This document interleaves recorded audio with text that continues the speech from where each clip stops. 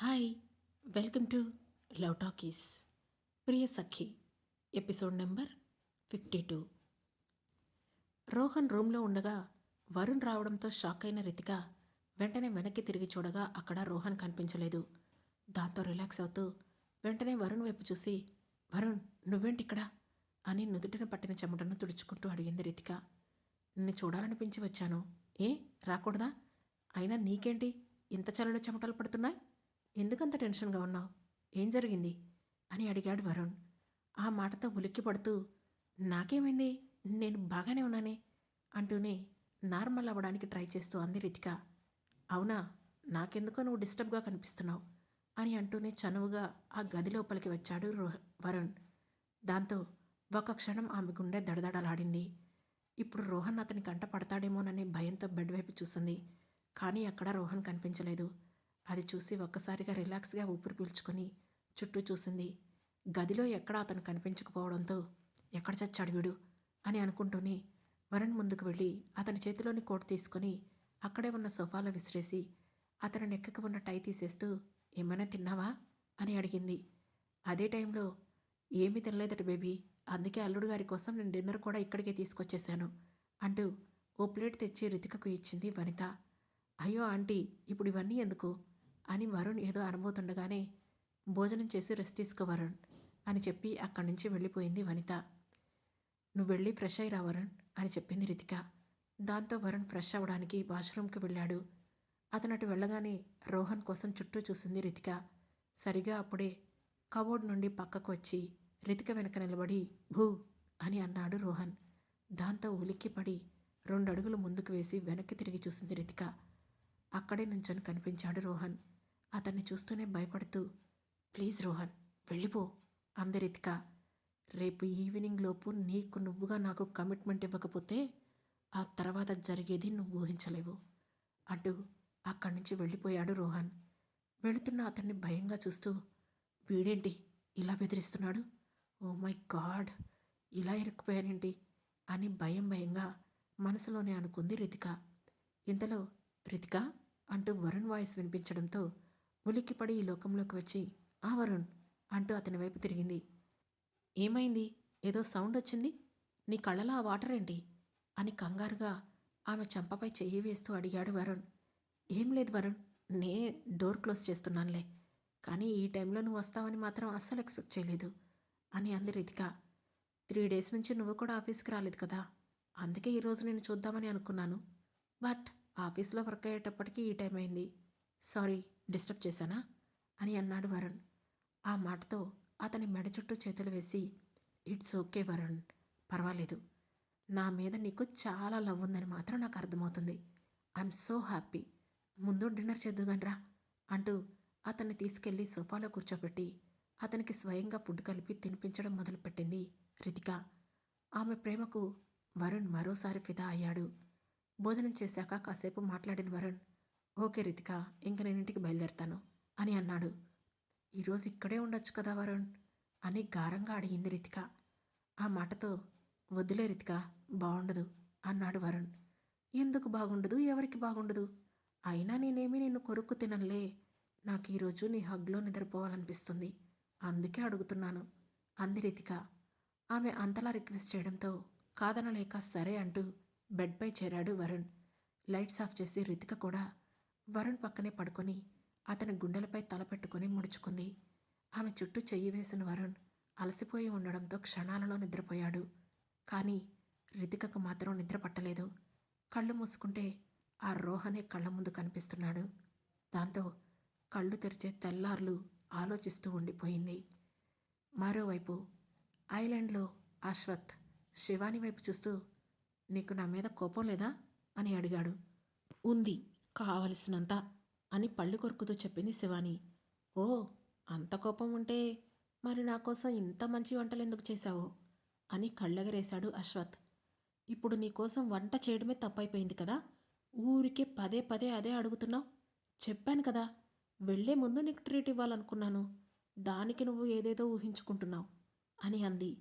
దాంతో చిన్న స్మైల్ ఇచ్చి అక్కడి నుంచి బయటికి వెళ్ళబోయాడు అశ్వత్.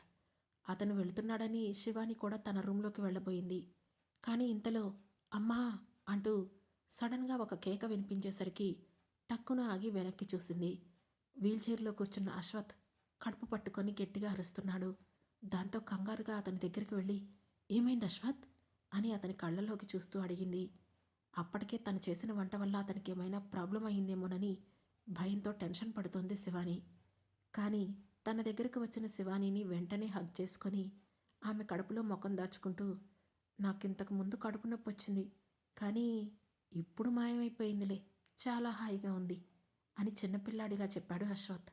ఆ మాటతో కోపంగా అతన్ని వెనక్కి నెట్టేసి కొన్ని అడుగులు వెనక్కి వేసిన శివాని అతను టీస్ చేసినప్పుడు ఏడుపు ముఖం వేసుకుంది. కానీ ఇప్పుడు మాత్రం ఆమెకు విపరీతమైన కోపం వచ్చి ముఖం ఎర్రగా మారిపోయింది. ఒక క్షణం తను చేసిన ఫుడ్ వల్ల అతనికి హెల్త్ పూర్తిగా అప్సెట్ అయిపోయిందేమోనని భయపడిన ఆమె అతను ప్రాంక్ చేయడంతో కోపంతో ఉడికిపోయింది. అది చూసిన అశ్వత్, వావ్, నీ ఫేసు నార్మల్గా కన్నా ఇప్పుడే బాగుంది, నా కోసం ఎప్పుడు ఇలానే మెయింటైన్ చేయొచ్చు కదా అని అల్లరిగా అన్నాడు. దాంతో గట్టిగా కళ్ళు మూసి గాలి పీల్చుకుంటూ తన కోపాన్ని కంట్రోల్ చేసుకున్న శివాని, నా దగ్గర మరోసారి ఇలాంటి ట్రిక్స్ ప్లే చేయకు, అర్థమవుతుందా? ఇప్పుడు నేను వెళ్ళిపోతే నువ్వు సింగిల్గా ఉంటావు, నీ అసిస్టెంట్ ఎప్పుడు ఉంటాడో ఎప్పుడు ఉండడో తెలీదు, అలాంటప్పుడు నీకు ఇలానే ఏదైనా హెల్త్ ఇష్యూ వస్తే ఏంటి పరిస్థితి అని అడిగింది శివాని. ఆమె కోపం చూసి అతను నవ్వుకుంటూ, వావ్, నువ్వు నా గురించి ఇంతలా ఆలోచిస్తున్నావా అని అడిగాడు అశ్వత్. దాంతో శివాని ఏం మాట్లాడలేదు. సరే, ఈరోజు నేను తినేసరికి నువ్వు చేసిన ఫుడ్ మొత్తం చల్లగా అయిపోయింది, నాకు అస్సలు టేస్ట్ తెలియలేదు, నువ్వు మళ్ళీ నా కోసం ఒకసారి వండుతావా అని అడిగాడు అశ్వత్. నేను వండిన ఫుడ్ తిన్నాకే కదా కడుపులో నొప్పి వచ్చింది, మళ్ళీ నన్నెందుకు వండమంటున్నావు అని సీరియస్గా అడిగింది శివాని. మళ్ళీ మళ్ళీ కావాలంటే నువ్వు మళ్ళీ మళ్ళీ వండి పెట్టలేవు కదా, ఇక్కడున్నంతవరకే అడగాలి నిన్ను అంటూ కళ్ళెగరేశాడు అశ్వత్. ఆ మాటతో సైలెంట్గా డైనింగ్ టేబుల్ మీద ఉన్న పాత్రలన్నీ తీసుకువెళ్ళి క్లీన్ చేయడం మొదలుపెట్టింది శివాని. ఆమె తన కోసం వండి పెడుతుందని ఫిక్స్ అయిపోయిన అశ్వత్ గిన్నెలు క్లీన్ చేస్తున్న ఆమె వైపు అలాగే చూస్తూ ఉండిపోయాడు. అతని వైపు శివాని చూడకపోయినా అతను మాత్రం తననే చూస్తున్నాడని అర్థం చేసుకున్న శివాని, మరీ అంతలా చూడకు, నీ కళ్ళు మండిపోగలవు అని అంది. ఆ మాటతో చిన్న స్మైల్ ఇచ్చి, నువ్వు రోజు వంట చేస్తావా? నువ్వు చేసిన వంట నేను కాకుండా ఇంకా ఎవరెవరు టేస్ట్ చేశారు ఇప్పటి వరకు? నువ్వు నిద్రలో కలవరిస్తూ ఉంటావు కదా అక్షర, తాను ఎప్పుడైనా టేస్ట్ చేసిందా, లేదంటే నీ బాయ్ ఫ్రెండ్ ఎప్పుడైనా టేస్ట్ చేశాడా అని అడుగుతున్న అతని మాటలకు సీరియస్గా అతని వైపు చూసి, నాకు బాయ్ ఫ్రెండ్స్ లేరు, నీకు ఇంతకు ముందే చెప్పాను కదా, ఇక నా వంటని నువ్వు తప్ప ఎవరూ టేస్ట్ చేయలేదు అని చెప్పింది శివాని. ఆ మాటతో అశ్వత్ తన వీల్ చైర్ని మానిటర్ చేసుకుంటూ శివాని దగ్గరకు వెళ్ళి ప్లేట్ క్లీన్ చేస్తున్న ఆమె చెయ్యి పట్టుకొని తన వైపుకు తిప్పుకొని, నేను తప్ప నిజంగా నీ వంట ఇంకెవరూ టేస్ట్ చేయలేదా అని మళ్ళీ అడిగాడు. లేదు అన్నట్లుగా తల అడ్డంగా ఊపింది శివాని. అంటే నువ్వు ఒకరికి వంట చేయడం ఇదే ఫస్ట్ టైమా అని మళ్ళీ అడిగాడు అశ్వత్. అన్నింటికీ ఒకటే ఆన్సర్, నేను మొట్టమొదటిసారి నీ కోసమే వంట చేశాను, ఎవరి కోసం చేయలేదు అని గట్టిగా చెప్పింది శివాని. ఆ మాట వినగానే అశ్వత్కి ఇంకా హ్యాపీగా అనిపించింది. అప్పటికే గిన్నెలు క్లీన్ చేయడం అయిపోయిన శివాని మళ్ళీ అతని కోసం కొత్తగా వంట చేయడం స్టార్ట్ చేసింది. అశ్వత్ మాత్రం ఆమెని చూస్తూ ఉండిపోయాడు. నీకు ముందే చెప్పాను, ఎందుకు అలా చూస్తున్నావు అని సీరియస్గా అడిగింది శివాని. నువ్వు నాకు ఈ ఒక్కరోజే కాదు, లైఫ్ అంతా వండి పెడతావా? నేను నువ్వు వండిందే తినాలని ఇప్పుడే ఫిక్స్ అయిపోతున్నాను అని చెప్పాడు. ఆ మాటతో, నేను మరో 2 రోజుల్లో ఇక్కడి నుంచి వెళ్ళిపోతాను, నెల రోజులు నువ్వు చెప్పినట్లు వింటే నన్ను పంపిస్తానని నువ్వే మాటిచ్చావు కదా, మర్చిపోయావా అని అడిగింది శివాని. ఆ మాటకు చిన్నగా నవ్వుతూ, నేనిచ్చిన మాట ఎప్పుడూ తప్పను, నీకు చెప్పినట్లుగానే నిన్నిక్కడి నుంచి బయటికి పంపిస్తాను, అలానే నీతో పాటు నేను కూడా బయటికి రావాలనుకుంటున్నాను, నువ్వు ఎక్కడుంటే నేను కూడా అక్కడే ఉండాలనుకుంటున్నాను అని ఆమె వైపు చూస్తూ తమకంగా చెప్పాడు అశ్వత్. ఆ మాటతో అతను అబద్ధం చెబుతున్నాడని అనుకున్న శివాని, జోక్ బాగుందిలే, నువ్వు నిర్మించుకున్న ఈ మహాసామ్రాజ్యాన్ని వదిలేసి నువ్వు నాతో వస్తావా, మరో మాట ఉంటే చెప్పు అని తేలికగా అంటూ వంట పనిలో పడిపోయింది. అశ్వత్ చిన్న స్మైల్ ఇచ్చి అక్కడి నుంచి బయటికి వెళ్ళిపోయాడు. మరోవైపు అడవిలోని గూడెంలో ఉన్న అక్షర తెల్లవారిన తర్వాత ఎప్పటికో నిద్రలేచింది. ఆమె లేచి చూసేటప్పటికే ఆ గది మొత్తం వెలుగుపరుచుకుంది. కానీ తన పక్కన ఉండాల్సిన విక్రమ్ కనిపించలేదు. దాంతో భయం భయంగా చూస్తూ కాలు కింద పెట్టబోయింది. సరిగ్గా అప్పుడే ఒక ఎలుక అక్కడి నుండి పరిగెడుతూ కనిపించడంతో ఓ మై గాడ్! ఇంకొక రోజు కూడా ఇంట్లో ఉండలేం.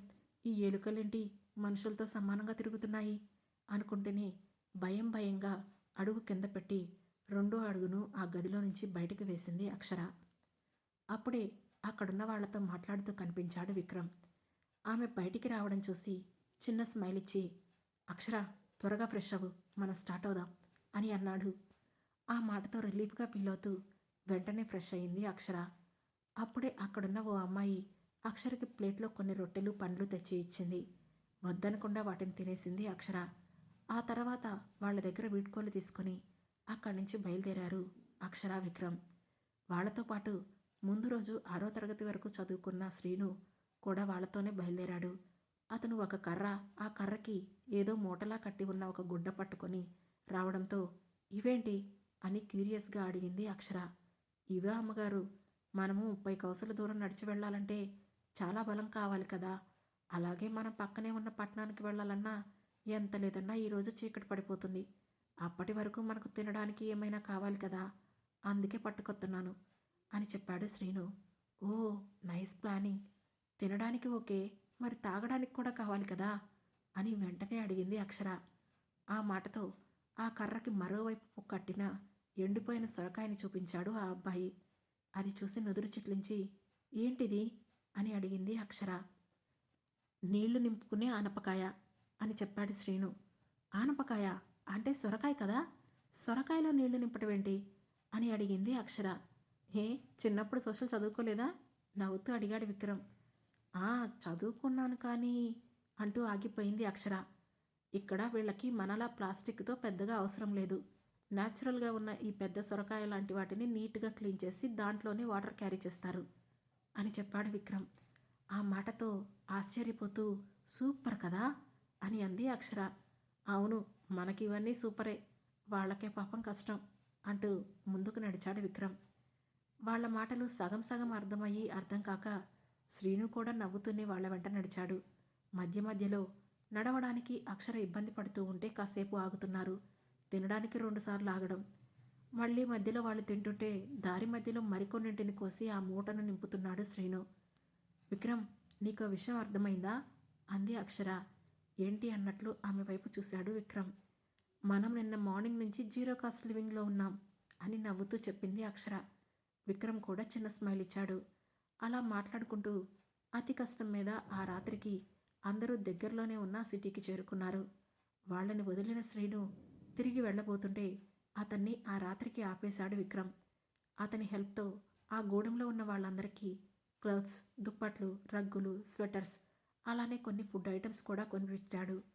ఆ రాత్రి అదే సిటీలో హోటల్ రూమ్స్లో ముగ్గురు స్టే చేశారు. మరుసటి రోజు ఉదయం విక్రమ్ కొనిచ్చినవన్నీ తీసుకొని శ్రీను తన గూడానికి వెళ్ళిపోతే విక్రమ్, అక్షర తాము స్టే చేసిన ప్లేస్కి స్టార్ట్ అయ్యారు. వెళుతుండగా దారిలో మొత్తానికి మనం మంచి ఎక్స్పీరియన్స్ చేశాం విక్రమ్ అంది అక్షర. అవును, కష్టంగా అనిపించిన నెట్వర్క్కి, ఆఫీస్ వర్క్కి, అసలు ఈ ప్రపంచానికి దూరంగా గడిపిన ఈ 2 రోజులు రీఛార్జ్ అయినట్లే అనిపించింది అని చెప్పాడు విక్రమ్.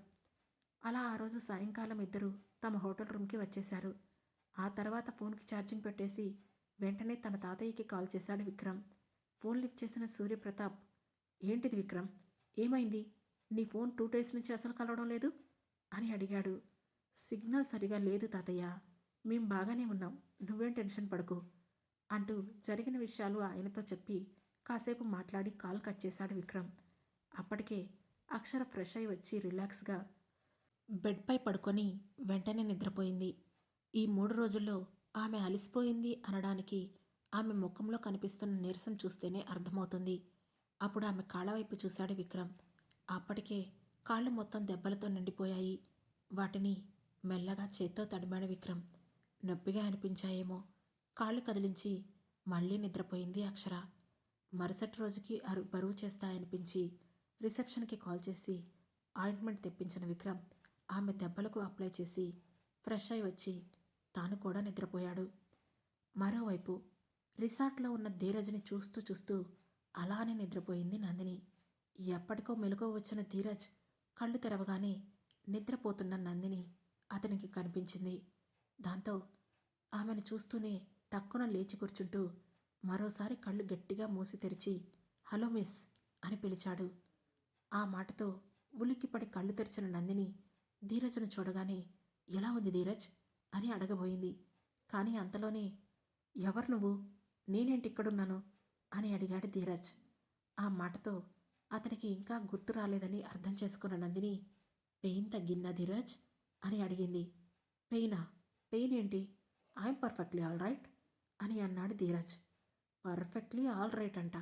నిజంగా నువ్వు ఆల్ రైట్ అయితే నన్నెందుకు మర్చిపోయావు అని మనసులోనే అనుకుంది నందిని. హలో, అడుగుతుంటే సైలెంట్గా ఉన్నారేంటి? ఎవరు నువ్వు చెప్పు అని మళ్ళీ అడిగాడు ధీరజ్. "ఆ, నేను నీ భార్యని అని చెప్పింది నందిని. భార్య అంటూ అనుమానంగా చూస్తూ, నో వే, నువ్వు నా భార్యవేంటి అని నుదురు చిట్లిస్తూ అడిగాడు. ఆ మాటకు ఒక్కసారిగా గుడ్లురిమి చూస్తూ, అంటే ఏంటి, నీ భార్య అయ్యే అర్హత నాకు లేదా అని అడిగింది. ఆ మాటకు అతను అయోమయంగా చూస్తూ, no, I mean yes, sorry sorry, అది కాదు అంటూ తడబడుతూ ఇంకేం చెప్పలేక నిస్సహాయంగా చూశాడు. ఇంతలో అసలు నీకు నువ్వెవరో గుర్తుందా అని అడిగింది నందిని. ఆ మాటతో అయోమయంగా ఆమెను చూశాడు ధీరజ్. నీ పేరు ధీరజ్, నువ్వొక బిజినెస్ మ్యాన్వి. ఇవే నీకు గుర్తులేనప్పుడు నీ భార్యనైనా నీకు నేనెలా గుర్తుంటాను? అసలైనా ఏంటిది? భార్యనే ఎవరని అడుగుతున్నావు? ఇక నీలాంటి వాడితో నేను అస్సలు కలిసి ఉండలేను. మనిద్దరం డివోర్స్ తీసుకుందాం అని కోపం నటిస్తూ అంది నందిని. ఆమె కోపం, అథారిటీ చూసి అపనమ్మకంగా చూస్తూ, అంటే నాకు పెళ్ళయిందా అని అడిగాడు ధీరజ్. నిలువెత్తు మనిషిని నేను ఇక్కడ కనిపిస్తుంటే అర్థం కావడం లేదా? మనిద్దరికీ పెళ్ళయింది అని గట్టిగా చెప్పింది నందిని. అయినా ధీరజ్ నమ్మకుండా ఆలోచనలో పడ్డాడు. దాంతో నందిని తన యాక్టింగ్ కంటిన్యూ చేస్తూ, ఇలా అన్నీ మర్చిపోయే నీలాంటి వాడితో ఉండడం ఇక నా వల్ల కాదు ధీరజ్. నిన్నెంత లవ్ చేశాను, నీకోసం అయిన వాళ్ళందరినీ వదులుకొని వచ్చాను. అలాంటిది నువ్వు నాకు ఎంత పెద్ద శిక్ష వేస్తావని అనుకోలేదు. ఇప్పుడు నీతో డివోర్స్ అయ్యి నేను తిరిగి వెళ్తే మా పేరెంట్స్ ఇంట్లోకి కూడా రానివ్వరు అని ఏడుపు నటిస్తూ అంది నందిని. దాంతో తన అనుమానాన్ని పక్కన పెట్టి, ఓ ఓకే, ఐఎమ్ సారీ, ఇంతకీ నీ పేరేంటి అని అడిగాడు ధీరజ్. అయ్యో దేవుడా, ప్రేమించి పెళ్లి చేసుకొని 2 సంవత్సరాలు సంసారం చేసిన తర్వాత ఈయన నా పేరు నందిని అని కూడా మర్చిపోయాడు. నేను ఈ బాధ ఎవరికి చెప్పుకోను అంటూ తల కొట్టుకుంది నందిని. దాంతో వెంటనే ఆమె దగ్గరికి వెళ్ళిన ధీరజ్, ఐఎమ్ సారీ నందిని అంటూ ఆమె భుజం పట్టుకున్నాడు. నందినీనా? నందు అని ఎంత ప్రేమగా పిలుస్తావు, ఆ ప్రేమంతా ఏమైపోయింది ధీరజ్ అని ఇన్నోసెంట్గా ఫేస్ పెట్టి అడిగింది నందిని. నందు, హా ఎస్ నందు అంటూ ఆమెను తన గుండెలకు హగ్ చేసుకున్నాడు ధీరజ్. అతని చుట్టూ చేతులు వేసిన నందిని, ఈరోజు మన యానివర్సరీ సెలబ్రేట్ చేసుకుందామని ఇక్కడికి వచ్చాం అని సిగ్గుపడుతూ చెప్పింది. ఆ సిగ్గుని అపురూపంగా చూస్తూ ఆమె గడ్డం పట్టుకుని పైకి లేపి నుదుటిపై ముద్దు పెట్టుకున్నాడు ధీరజ్. దాంతో ఆమె కళ్ళు వాలిపోయాయి. అందమైన ఆమె ముఖాన్ని దగ్గర నుండి చూస్తున్న ధీరజ్ తర్వాత ఆమె కళ్ళపై, చెంపలపై కిస్ చేశాడు. అతను అంత దగ్గరగా వచ్చి చాలా రోజులవుతంతో నందిని ఆ క్షణాలను కళ్ళు మూసుకొని ఆస్వాదించడం మొదలుపెట్టింది. ఆ మరుక్షణమే ఆమె పెదవులు అందుకున్న ధీరజ్ ఆమె నడుంపై ప్రెస్ చేస్తుండగా అతను హద్దులు దాటుతున్నాడని అర్థమవుతుంటే వెంటనే కళ్ళు తెరిచి అతని కళ్ళలోకి చూసింది నందిని. కానీ ధీరజ్ ఆమెను పట్టించుకోకుండా అప్పటికే మైకం కమ్ముతుంటే పూర్తిగా ఆమెను చుట్టేస్తున్నాడు. ఆ తరువాత ఏం జరగబోతుంది తెలుసుకోవాలంటే వెంటనే మన లవ్ టాకీస్ ఛానల్ను సబ్స్క్రైబ్ చేసుకొని ప్రియసఖి సిరీస్లోని నెక్స్ట్ ఎపిసోడ్ను వినండి. మన ఈ కథలు మీకు నచ్చినట్లయితే లైక్ చేసి, షేర్ చేసి, కమెంట్ చేసి, హై పాయింట్స్ కూడా ఇచ్చి మమ్మల్ని సపోర్ట్ చేయండి. Thank you.